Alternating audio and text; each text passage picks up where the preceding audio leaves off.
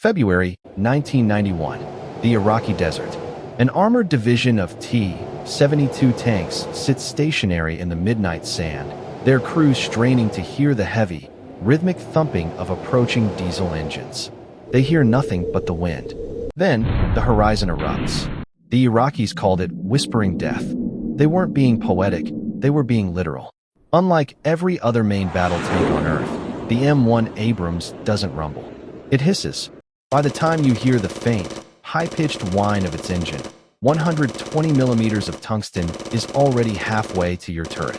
The secret to this acoustic ghost story is a radical engineering gamble, the Honeywell AGT1500. While the rest of the world stayed loyal to the piston, the Pentagon decided to put a jet engine inside a 70-ton box of steel. In the 1970s, diesel was the king of armor. It was reliable, but it was slow to start, vibrated enough to fatigue crews, and had a massive thermal signature. The U.S. Army wanted something different, power-to-weight dominance. The AGT1500 is a modular gas turbine producing 1,500 shaft horsepower. At its core, it's remarkably simple. There are no cooling jackets, no radiator, and no pistons. It uses a 5-stage axial compressor and a single-stage centrifugal compressor to crush air into a combustion chamber. It spins at a staggering 30,000 RPM. But a turbine in a desert is usually a disaster.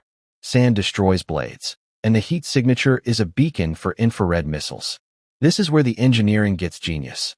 To solve the heat problem, the Abrams uses a Recuperator, a massive cylindrical heat exchanger at the rear.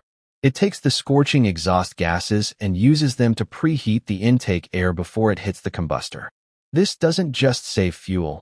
It cools the exhaust so significantly that from the front, the tank's thermal profile is practically invisible compared to a diesel. Then there's the any-fuel capability. Because it's a continuous flow turbine, it doesn't care about octane or cetane ratings. In a pinch, the Abrams will run on JP-8 jet fuel, diesel, marine gasoline, or even high-proof alcohol. If it burns, the Abrams moves. But physics always demands attacks. For all its silence and speed, the AGT1500 is a thermodynamic glutton. A gas turbine is most efficient at full throttle, but tanks spend most of their time idling. At a standstill, the Abrams burns nearly 10 gallons of fuel per hour just to keep the electronics on. It's a logistics nightmare that requires a literal tail of fuel trucks stretching for miles. The U.S. Army has finally reached the limit of what pure turbine power can do. As we move into 2026, the blueprint is changing. The new M1 E3 upgrade is moving toward a hybrid electric architecture. The goal isn't just fuel economy, it's a silent watch.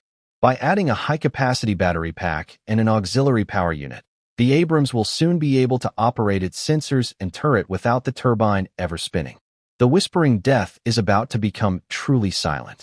The engine that won the Cold War isn't going away. It's just getting a brain to match its brawn. The desert is quiet again. But this time, there isn't even a hiss.